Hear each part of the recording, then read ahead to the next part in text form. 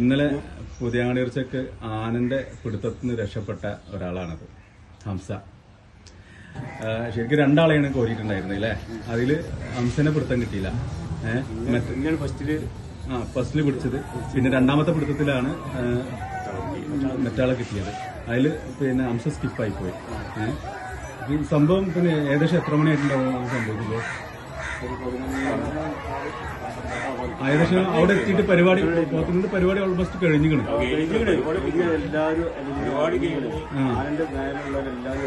എല്ലാരും ഇറങ്ങിയിരിക്കണം.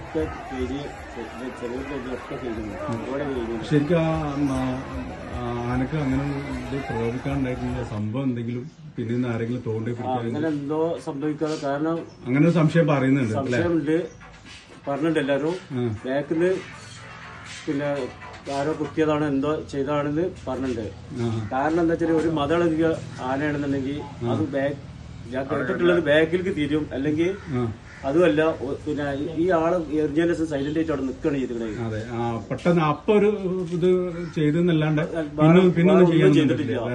മറ്റത് അങ്ങനല്ല, മതളകിയ ആനയാണെന്നുണ്ടെങ്കിൽ എന്തായാലും പരാക്രമം കാട്ടും. ഇതായി ചെയ്തിട്ടില്ല. അങ്ങനെ നമുക്ക് സംശയിക്കാൻ ഒരു ഇത് വരുന്നുണ്ടല്ലോ. ഇതിലിപ്പോ പിന്നെ മറ്റേ അതിന്റെ ഇപ്പൊ ആനെടുത്ത് എറിഞ്ഞല്ലോ ഒരാളെ. അപ്പൊ കുറെ ആൾ എല്ലാരും കണ്ടല്ലോ ഇപ്പൊ ആ വീഡിയോ. അയാളെ അവസ്ഥ എന്താന്നുള്ളത്? അയാളെ എവിടുത്തുകാരനാണ് ശരിക്കും? അലി വിളിച്ച പറഞ്ഞ അവന് എവിടുത്തേരാ അവിടേക്കാനും പിടുത്തില്ല. അവിടെ പോലീസ് ഉണ്ട്, റവന്യൂ ഉണ്ട്, ഡിപ്പാർട്ട്മെന്റ് ഒക്കെ ഉണ്ട്. ഒരു പിടുത്തം കിട്ടിയ ആളെ പിടുത്തം കിട്ടില്ല.